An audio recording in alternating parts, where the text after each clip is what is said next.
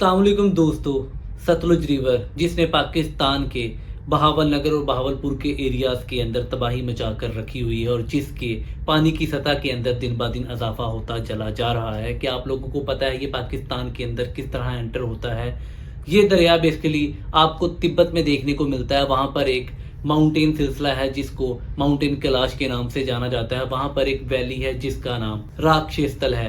वहां से ये दरिया निकलना शुरू होता है और हिमाचल प्रदेश से होता हुआ इंडिया के पंजाब के अंदर आता है, जिसके बाद ये पाकिस्तान के अंदर एंटर होता है और फाइनली ये चिनाब रिवर के अंदर जाकर गिर जाता है और जिसके बाद ये सारे दरिया इंडस रिवर के अंदर जाकर गिर जाते हैं। अब दोस्तों, सतलुज रिवर के ऊपर इंडिया का भी कोई खास कंट्रोल नहीं है क्योंकि इंडिया भी इसका पानी पीछे से ही लेता है। ये हिमाचल प्रदेश के अंदर जब एंटर होता है तो वहां पर बिलासपुर और रामपुर के एरिया से होता हुआ ये पंजाब के अंदर एंटर होता है, जहां पर ये लुधियाना, जलंधर और फिरोजपुर के एरियाज के अंदर एंटर होता है। तो उसके बाद ये इंडिया की हदूद के अंदर से और इंडिया के पंजाब की हदूद से बाहर निकल आता है, जिसके बाद ये गंडासिर बॉर्डर से होता हुआ पाकिस्तान के अंदर एंटर होता है और वहां पर ये बहावल नगर, बिहाड़ी, बहावलपुर, मुल्तान से होता हुआ ये उच्च शरीफ के मुकाम पर जाकर दरिया चनाब के साथ मिल जाता है। दरिया सतलुज को दूसरा खतरनाक दरिया कंसीडर किया जाता है। पहले नंबर पर आपका चनाब आता है, दूसरे नंबर पर आपका सतलुज आता है और तीसरे नंबर पर आपका झेलम आता है और आखिरी नंबर के ऊपर आपकी दरियाए रावी आती है। अगर हम लोग इसके फ्लो की बात करें तो इसमें फ्लो काफ़ी हद तक ज़्यादा होता है, जो कि पाकिस्तान के अंदर जो इसको पानी रिसीव होता है वो ड्राई सीजन के अंदर 1500 से लेकर 2500 क्यूसिक होता है। अगर हम लोग बात करें कि जो आपका रेगुलर समर होता है तो उसके अंदर इस दरिया के अंदर बहने वाले पानी की रफ्तार तकरीबन 5000 क्यूसिक से लेकर 10,000 क्यूसिक तक होती है।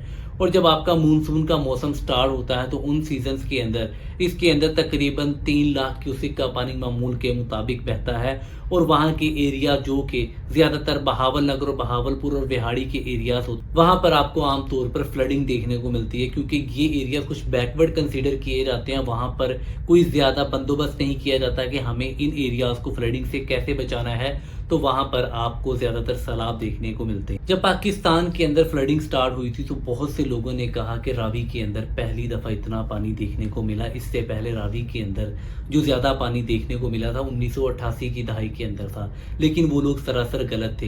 ये चीज़ सही तौर पर सतलुज के ऊपर फिट होती है। सतलुज के अंदर 1988 की दहाई में तकरीबन 5.5 लाख क्यूसिक पानी देखने को मिला था और ये सतलुज की तारीख का सबसे बदतरीन सैलाब बताया जाता था।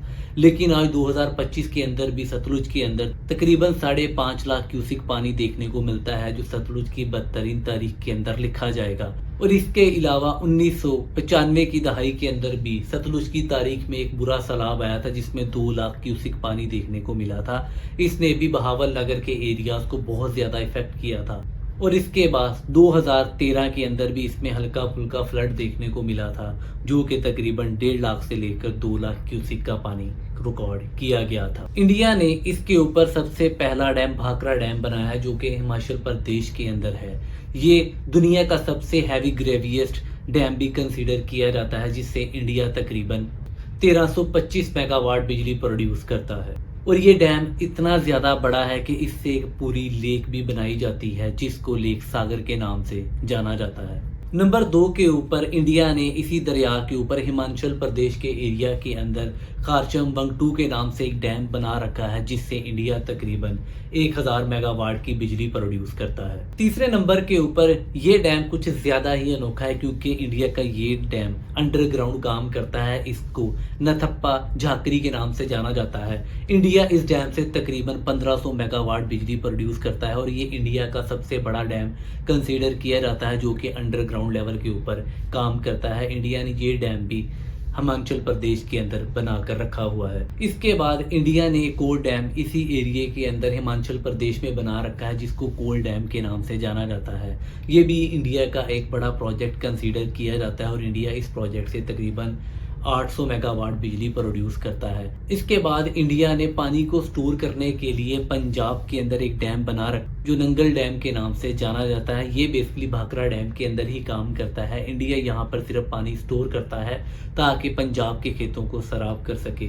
तो इसीलिए कहा जाता है कि पंजाब नू जदों भी पानी मिलिया लोड़ां दा पानी नहीं मिलिया, पंजाब नू हमेशा आफतां दा पानी मिलिया। अब जो दोस्तों इंडिया ने दरियाए सतलुज के ऊपर 4 बड़े डैम बना रखे हैं जो आपको हिमाचल प्रदेश के अंदर देखने को मिलते हैं। अगर हम इनकी कैलकुलेशन करें कि इंडिया इस बिजली से कितना फ़ायदा उठाता है, तो इंडिया तकरीबन 20 मिलियन से लेकर 25 मिलियन के लोगों को फैसिलिटेट करता है।